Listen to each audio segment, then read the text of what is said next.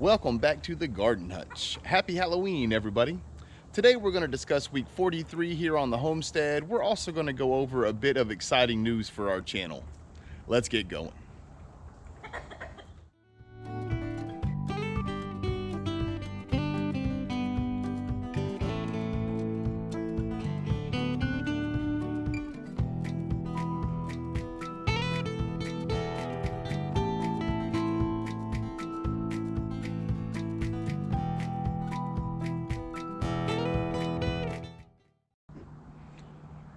Well, from a weather standpoint, week 43 was nice. The weather was great. We had a lot of sunshine, no more freezes. We ended up getting a little over 2 inches of rain during the week. So that works out really well, because our fall vegetables, as long as it's not getting, over 90 or whatever, 2 inches is perfect.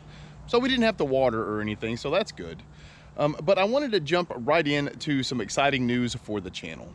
So Leslie and I started this channel, and we've decided this year we wanted to do videos every week. So we've done that.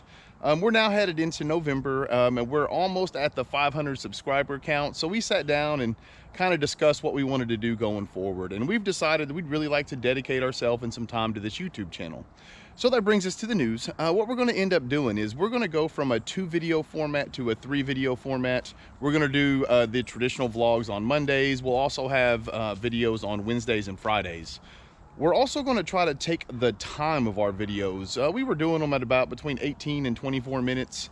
We're going to take them down to about 8 to 12 minutes. And it just seems like viewers enjoy that, getting it in smaller doses. So this way we can do smaller doses more often.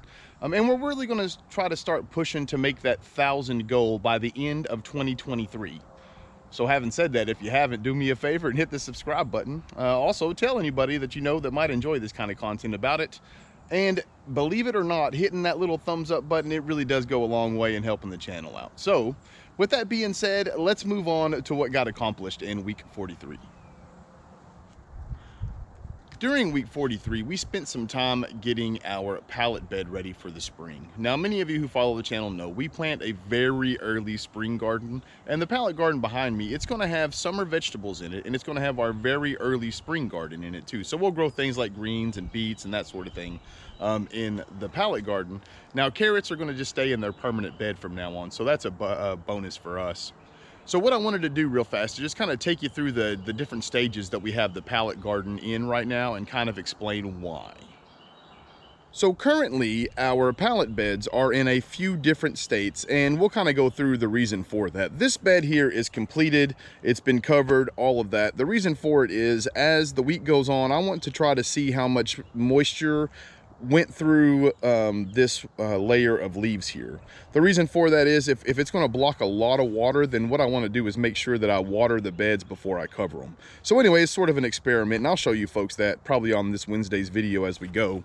And I'm going to juxtapose that to this video, to this bed right here. Now this bed is exactly like the other bed, except for I went through and I put in a little bit more topsoil than the other ones, and I worked it in, and you can see we got the straw and stuff up to the top. So what I did, I took this one and I went ahead and I smoothed it all out, and then I put just a small layer of topsoil on the top of it. Because what's going to end up happening, that topsoil is going to act sort of like those leaves, and it's going to hold a lot of the moisture in. As the week goes on, before the next rain, what I'll do is I'll come through these beds and I'll work that topsoil back into it, let it rain, and then after that I'll cover these with leaves. So as we move over here, now you'll remember last week this bed here still had peppers in it, much like the other 2 beds. So it's a little bit different in its state. What we did was, we took, as I dug into the bottom of it, I realized that the compost on the bottom part of the bed itself was a little drier than what I wanted. So I kind of mounded everything up after I mixed in the topsoil, the fresh new compost, and our amendments. So I just kind of left it mounded like this, and what I'll do is we're expecting rain next weekend as well. So much like the other bed, I'll go ahead and work it in real good before that rain, and then afterwards we'll cover it. And so this bed here is the same as the bed we just looked at. I only left this one flat because, again, This year is going to be a whole lot about experimentation to find out how we like to do our beds, you know, and this is going to be some kind of standard operating procedure going forward. So this bed and that bed over there are essentially in the same state. They're just formed differently to find out which one of them allows more rain into the mulch and stuff that's at the bottom of these pallet gardens. Also, this bed is in the same state as well. Now, you'll come up here, and this is where our cherry tomatoes were. And what I would like to point out here is that I have not added anything to this. And the reason for that is I'm gonna leave this until tomorrow morning. Probably in our Wednesday video, we'll come through and take a look at it together, but I wanna see how much more water gets into the bottom of this bed compared to the other ones that are already prepped. So this is sort of, this is the control group, if you will, from a scientific standpoint in this little experiment. So that way we have something to do. And then after this next rain comes, we can kind of decide what we think the best approach is. And then we'll go through and have all of these beds uniformed, covered, and ready for the fall. Real quick, we're just going to run through this top garden. We'll spend a little bit more time in here as the season goes along, but I wanted to kind of give an overview of how the carrots and thing, how they've sort of bounced back once we got that first freeze. So let's just take a quick look. So just real fast, I wanted to show these off. These carrots are coming along really nice. They're starting at the bottom of them. You can start seeing the color starting to form.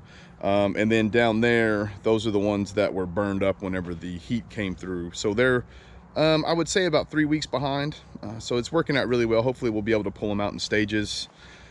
This is the permanent carrot bed. Going forward from now on, this bed, spring and fall, will be full of carrots. The carrots are coming up really good now that we're starting to get decent weather. There are some spots where the seeds didn't come up, and what I suspect happened is, you know, we put this with just fresh compost the whole way through. We didn't really cut it with anything, so I'm thinking some spots are a little hotter than others, and so it sort of burned up those new seedlings as they came along. But going forward, this should be perfect, so I don't really want to mess with it. I wasn't really certain if we'd get any carrots, so the way it looks, I am really pleased with it.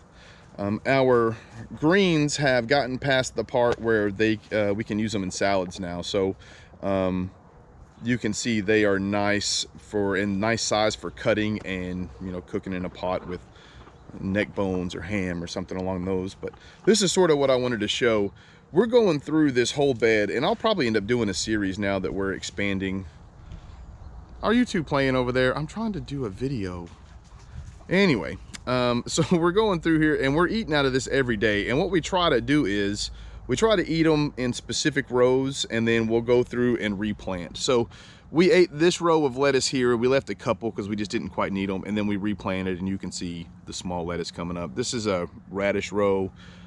So as the week goes along, you know, we'll pull radishes and we'll use the greens that are good for it in the salad, along with probably this butter crunch this week and some of that leaf lettuce down there on the end.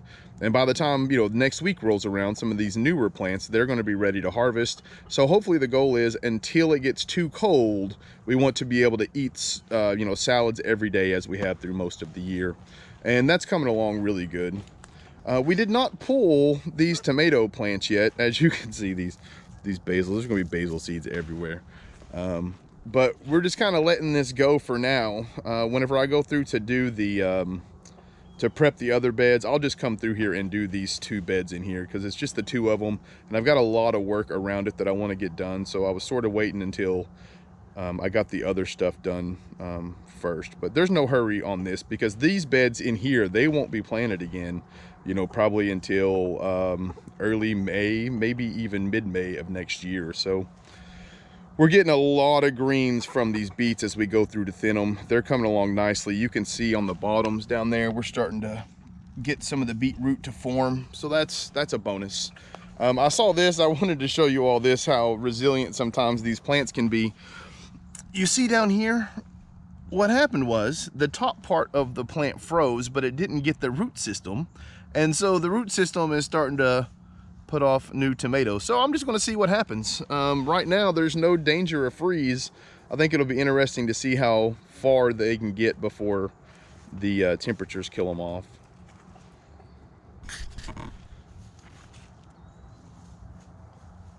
Beansy.